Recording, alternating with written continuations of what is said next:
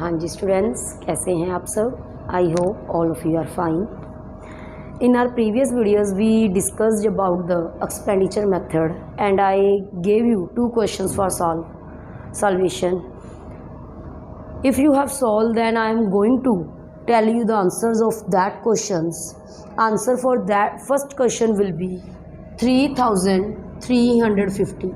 जो आपको first question डाला था जिसमें बेटा आपके पास 7 to 8 एंट्रीज थी में भी फर्स्ट क्वेश्चन में, उसका आंसर आएगा 3350.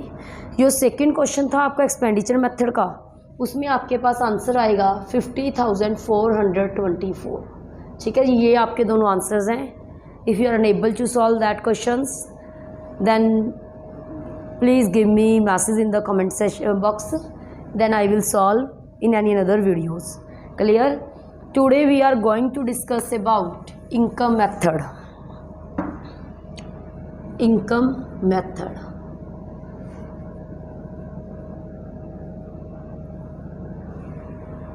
यदि स्टूडेंट्स मैं आपसे पूछूं कि आप इनकम कैसे अर्न कर सकते हो, how many ways of earning income, then बेटा पता नहीं आप मेरे को कौन कौन से वेज काउंट करवा दोगे कि मैम हम इनकम ऐसे अर्न कर सकते हैं. ठीक है जी, हम जो हमारा घर है उसको रेंट पे दे देंगे, हम किसी के यहाँ सर्विस कर लेंगे, अपनी शॉप खोल लेंगे, हमारे पास पैसे पड़े हैं हम उसको इंटरेस्ट पे दे देंगे. ठीक है, मैं अपना कोई आइडिया लेके आऊँगा, उस आइडिया को मैं मीन्स की दे दूँगा किसी को, जिससे कि अगला मेरे को कमीशन या प्रॉफिट कुछ भी ऐसा देगा. हम कोई कंपनी खोल लेंगे, जो भी कंपनी में प्रॉफिट होगा है ना, उससे मीन्स कि कोई हमें आइडिया ही नहीं है कि आप जो भी इनकम अर्निंग है उसके वेज जो हैं आप मेरे को काउंट करवा दोगे. बट एक्चुअल में हमारे पास जस्ट 3 वेज हैं इनकम को अर्न करने के लिए. इनकम मेथड में हमारे पास 3 वेज हैं. कौन कौन से 3 वेज हैं हमारे पास इनकम को अर्न करने के लिए? फर्स्ट ऑफ ऑल है हमारे पास COE. क्या है बेटा COE? Compensation of employees. क्या है भी COE? Compensation of employees. जो सेकंड है दैट इज ऑपरेटिंग सरप्लस. क्या है बेटा सेकंड? Operating surplus. जो हमारे पास थर्ड वे है that is mixed income. Mixed income. ये हमारे पास 3 वेज हैं सॉल्व करने के लिए. जब आप इन तीनों को ऐड कर लोगे हमारे पास क्या आ जाएगा? हमारे पास आएगा डोमेस्टिक इनकम. सभी को पता है कि डोमेस्टिक इनकम क्या होती है, NDP एट FC. हमने अपनी प्रीवियस वीडियो में इसके बारे में बात की है. अब जो बेटा देखो ऑब्वियस है, सीधी सी बात है, इसमें आपको जो भी शॉर्ट में क्वेश्चन है COE सीधे गिवन हो सकता है ना. कोई भी एक एंट्री आपको डायरेक्टली गिवन होगी, लेकिन समटाइम्स इसके पार्ट्स गिवन होते हैं, आपको डायरेक्टली गिवन नहीं होता. ठीक है जी. OS क्या था हमारे पास? Operating surplus. Operating surplus which is also called income from property and entrepreneurship. Operating surplus और क्या है बेटा? मीन्स की अनदर नेम है income from property and entrepreneurship.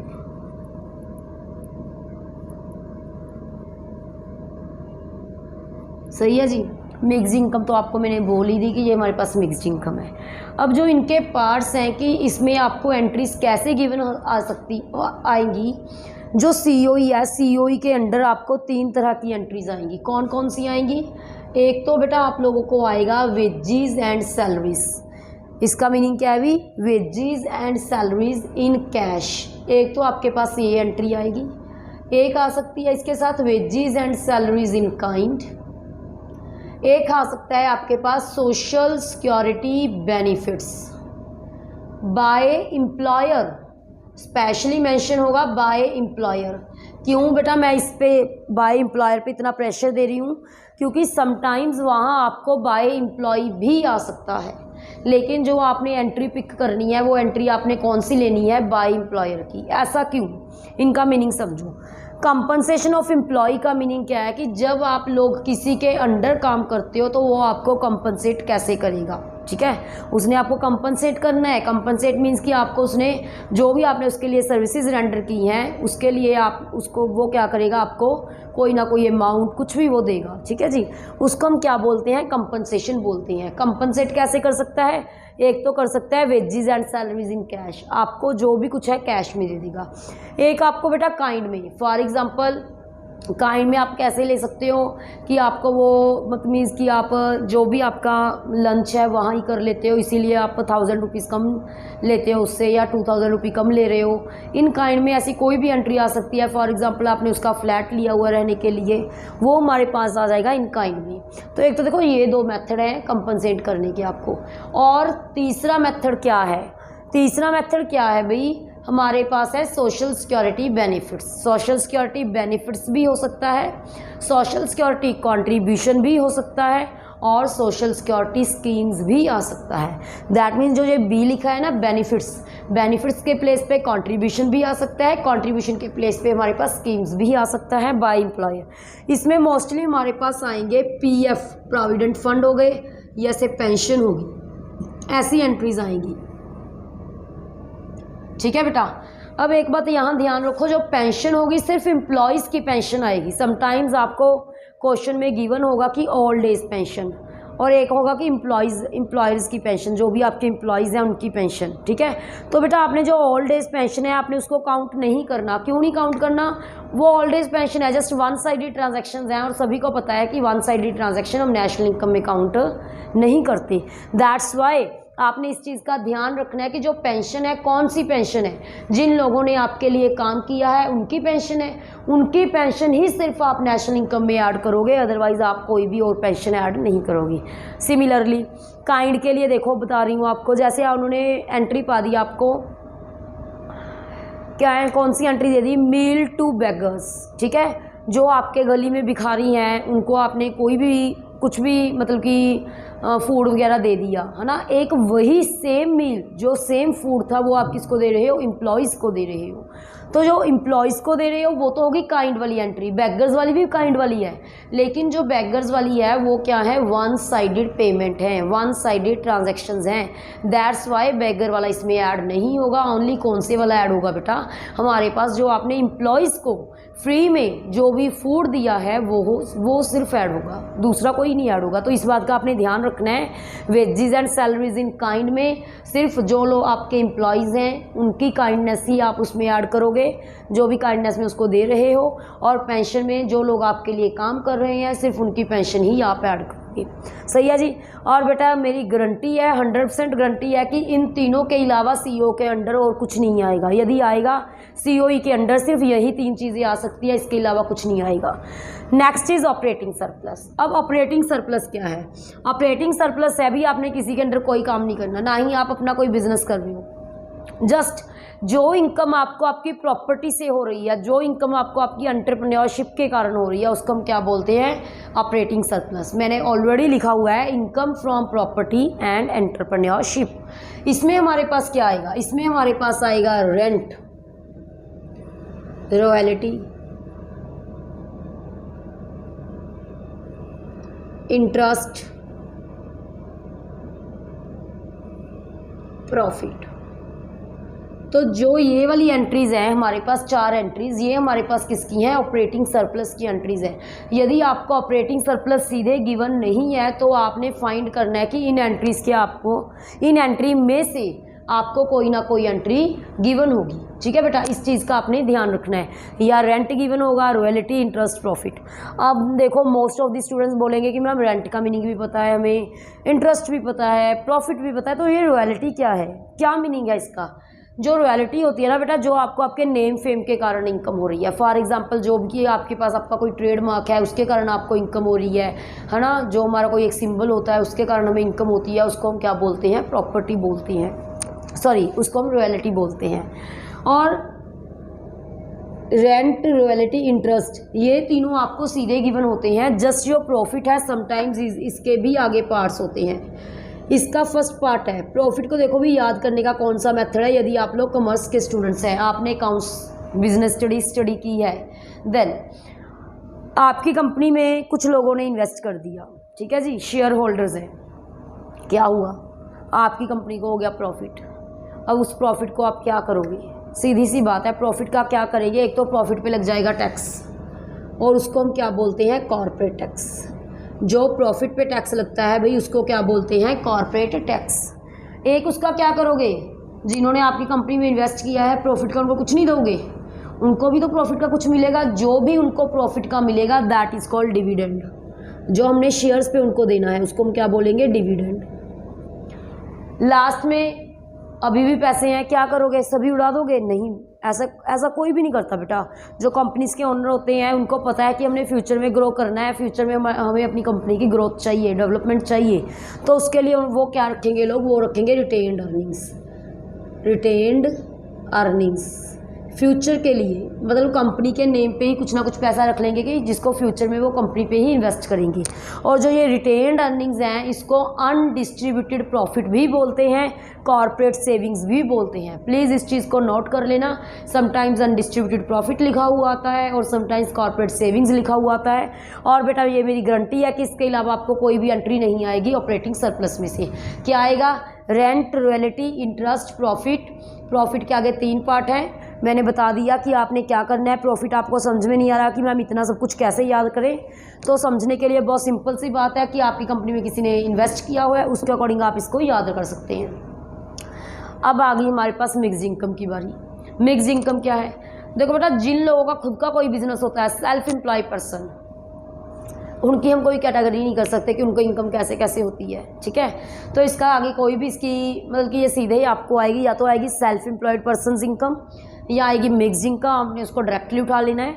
और COE यदि आपको गिवन है तो इनका कोई भी लेना देना नहीं है, डायरेक्टली आपने COE ही उठाना है सीधा। यदि COE नहीं गिवन तो आप ये एंट्रीज लोगे। सिमिलरली यदि OS गिवन है, इन एंट्रीज का कोई लेना देना नहीं है। OS नहीं गिवन तब इन लोगों को देखोगे। सिमिलरली प्रॉफिट गिवन है तो इनका कोई लेना देना नहीं है। यदि प्रॉफिट नहीं गिवन तो आप इनको ढूंढोगे। मिक्स इनकम तो बेचारी अकेले है। जब तीनों को ऐड करोगे हमारे पास क्या आ जाएगा? NDP है, FC। ठीक है बेटा, तो ये आपकी पूरी इनकम मेथड की एक्सप्लेनेशन थी। इसके बाद हम क्वेश्चन सॉल्व करेंगे। अब यदि किसी ने स्क्रीनशॉट लेना हो इससे रिलेटेड पूरे मेथड का, आप ले सकते हो बेटा।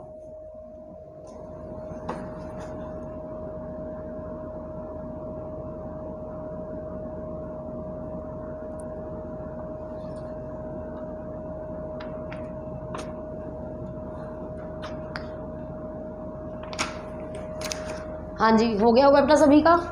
अब इसके बाद हम इसका क्वेश्चन सॉल्व करेंगे। आपको एक क्वेश्चन बता देती हूँ, ठीक है, और आपको 1-2 क्वेश्चन भी दे दूंगी जो आप घर से प्रैक्टिस करोगे। नेक्स्ट वीडियो में मैं आपको उसका आंसर दे दूंगी।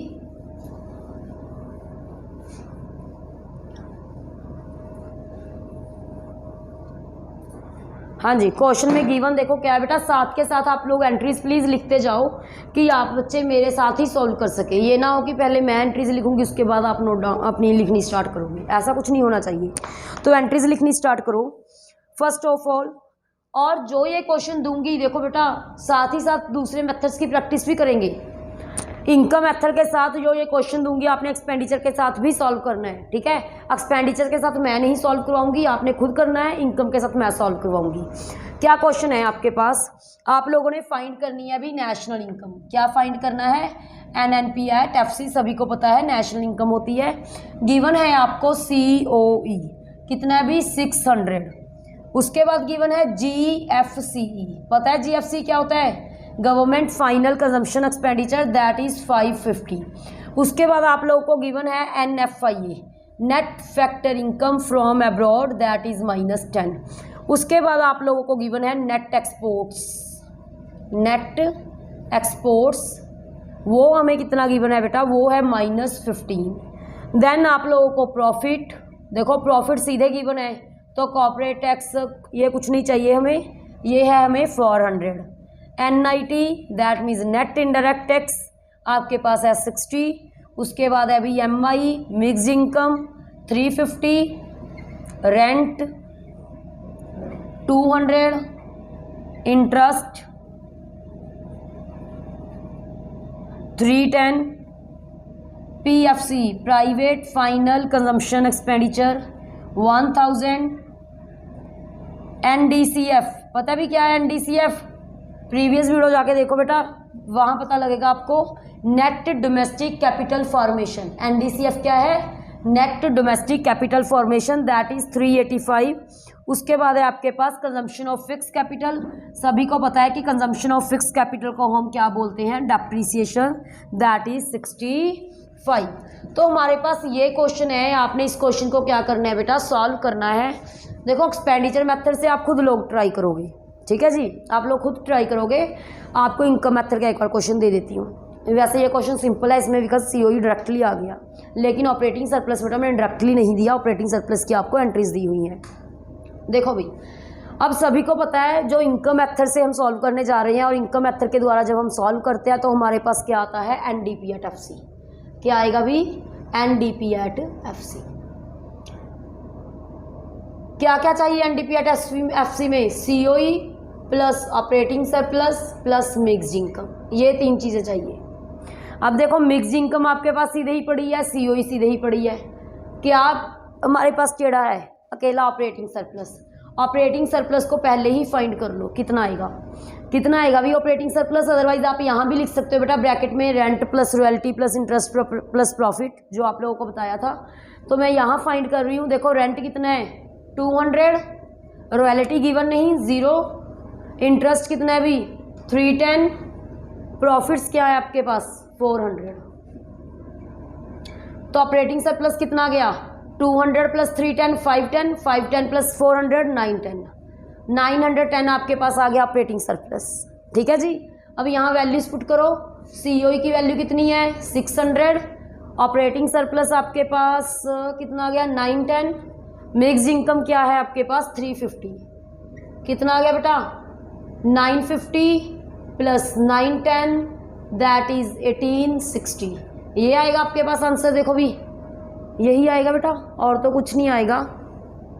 हाँ जी, हमारे पास आ गया NDP एट FC 1860। डन।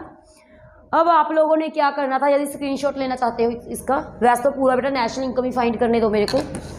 ये बेटा गलती करते हैं कुछ बच्चे, यहीं पे इसको छोड़ के आ जाते हैं, जबकि उन लोगों ने क्या पूछा है? उन लोगों ने पूछा है NNP एट FC। तो आप लोगों ने फाइंड करना है भी NNP एट FC। गिवन क्या है? गिवन का मतलब जो हमने फाइंड किया है वो क्या है? NDP at FC। बड़ी छोटी सी टर्म है ना। N का N सेम है, डोमेस्टिक से नेशन पे जाना है। जब डोमेस्टिक से नेशन पे जाओगे क्या करोगे? NFIA को ऐड करोगे। NDP एट FC क्या है? 1860। NFIA क्या है हमारे पास? That is -10। तो आपके पास आंसर आ जाएगा आपका 1850। अब आप लोग स्क्रीनशॉट ले सकते हो, स्क्रीनशॉट ले लो, बिकॉज बाद में आपने एक्सपेंडिचर मेथड भी सॉल्व करना है, ठीक है भाई। अब ऐसे ही बेटा एक क्वेश्चन और है जो मैं आपको सॉल्व करवा देती हूँ, उसके बाद आप बेटा 1-2 क्वेश्चन दूंगी आपको जो आप लोग खुद प्रैक्टिस करोगे, ठीक है जी। और क्वेश्चन आपको जिसमें CO की एंट्रीज आपको गिवन ना हो, मोस्टली बेटा सभी क्वेश्चंस में आपको CO की एंट्रीज गिवन है।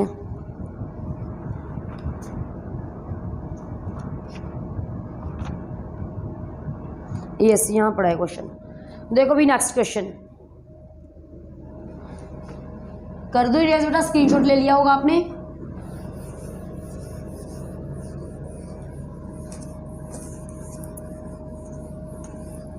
देखो भैया अब क्या करना है आपको। अब आप लोगों को अगेन नेशनल इनकम ही फाइंड करनी है, that is NNP at FC। Given क्या है हमें? गिवन है मिक्स्ड इनकम MI कितनी है अभी? 200। ओल्ड एज पेंशन देखो बेटा पहले ही बता दिया था ओल्ड एज पेंशन का आपको क्या फंडा था, वो आपके पास 20 है, ठीक है, जबकि इसकी हमें कोई भी ज़रूरत नहीं है। यही पेंशन यदि हमारे पास एम्प्लॉयज़ की होती तो उसकी हमें क्या होती? ज़रूरत होती।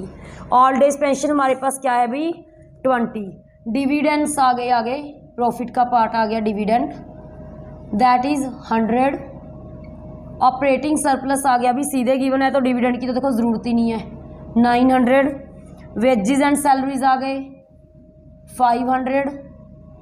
प्रॉफिट्स आ गए, प्रॉफिट की भी कोई ज़रूरत नहीं है बेटा। क्यों ज़रूरत नहीं है? बिकॉज ऑपरेटिंग सरप्लस आपको सीधे ही गिवन है। उसके बाद है एम्प्लॉयर्स कंट्रीब्यूशन टू SSC, ये है हमारे पास 50, employers contribution to SSC 50। Next है आपके पास NFIA -10, डेप्रीसिएशन है भाई 50, NIT नेट इंडायरेक्ट टैक्स है आपके पास अगेन 50। क्या फाइंड करना है भी आपने, आप लोगों ने नेशनल इनकम को फाइंड करना है, ठीक है जी। अब देखो बेटा ऑपरेटिंग सरप्लस गिवन है तो डिविडेंड भी हमें नहीं चाहिए, प्रॉफिट भी हमें नहीं चाहिए, सही है जी, सही है बेटा। अब देखो सीओई को मैंने आप लोगों को पहले ही बता दिया था कि सीओ की एंट्रीज हैं जो हमारे पास 3 तरह की होती हैं, wages and salaries in cash, wages and salaries in kind और old age pension social security benefits by employers. ये हमारे पास 3 तरह की एंट्रीज होती हैं। और यहाँ वेजेस एंड सैलरी सीधे गिवन है, कोई भी कुछ भी नहीं गिवन कि ये काइंड वाली हैं या कैश वाली हैं। यदि आपको ऐसे कुछ ना गिवन हो दैट मीन्स इसमें ही दोनों आ जाएंगे, कैश भी इसी में आएगा और काइंड भी इसी में आएगा। रिमेंबर, लेट करो आपको कंफ्यूजन के लिए उन्होंने क्या कर दिया, वेजेस एंड सैलरीज की एंट्री भी दे दी 500 और एक दे दिया wages and salaries in kind 200। अब मैम क्या करें, ठीक है, एक तो वेजेस एंड सैलरी के साथ उन्होंने कुछ नहीं दिया, ना ही काइंड दिया ना ही कैश दिया, और एक के साथ काइंड दे दिया। तो बेटा काइंड वाली एंट्री लेने की कोई ज़रूरत नहीं है, बिकॉज आई ऑलरेडी सेड यदि वेजेस एंड सैलरी के साथ कुछ गिवन ना हो इसका मतलब ही उसमें दोनों चीज़ें गिवन है, उसमें काइंड भी गिवन है और उसमें कैश भी गिवन है, ठीक है जी। अब क्वेश्चन सॉल्व करते हैं। तो पहले आपका COE क्या आएगा, पहले तो देखो NDP at FC net domestic product at factor cost हमारे पास क्या है भाई, COE plus OS plus MI। COE हमारे पास कितना है, COE अच्छा हमने फाइंड करना है बेटा COE कैसे आएगा, हमारे पास आएगा wages and salaries 500, social security वाला 50, तो 550 आ गया आपके पास COE। ऑपरेटिंग सरप्लस क्या है भाई, सीधे 900, मिक्स इनकम क्या है 200, तो आपके पास आ गया 1650 आएगा। देखो इसका आंसर 11 + 5 16, हाँ जी 1650। आंसर नहीं है बेटा, बिकॉज आंसर तो आपने फाइंड करना है NNP एट FC, हमारे पास जस्ट क्या आया NDP एट FC। तो देखो अब हमने क्या फाइंड करना है, NNP एट FC गिवन है, NDP एट FC। तो डोमेस्टिक से नेशन पे जाना है, डोमेस्टिक से नेशन पे जाने के लिए क्या करोगे, NFIA को ऐड कर दो, NDP है 1650, NFIA है बेटा जी net factor income from abroad -10 plus minus 1640 आपका आ गया आंसर। तो ये था आपका इनकम मेथड बेटा, तीनों मेथड्स आपके सॉल्व हो गए, ठीक है। प्रैक्टिस करो, कोई प्रॉब्लम है आप लोग पूछ सकते हो। इसके बाद ये अभी यहाँ नेशनल इनकम ख़त्म नहीं हुई बेटा, वाई, बिकॉज बच्चे क्या करते हैं जस्ट न्यूमेरिकल की प्रैक्टिस करके छोड़ देते हैं कि नेशनल इनकम का कंसेप्ट हो गया। बट बेटा आप सभी को पता है कि नेशनल इनकम में थ्योरेटिकल पार्ट भी है, तो नेक्स्ट जो वीडियो है वो मैं आपको थ्योरेटिकल पार्ट पे ही दूंगी, ठीक है जी, theoretical part of national income. Okay बेटा, फॉर टुडे इट्स ओके।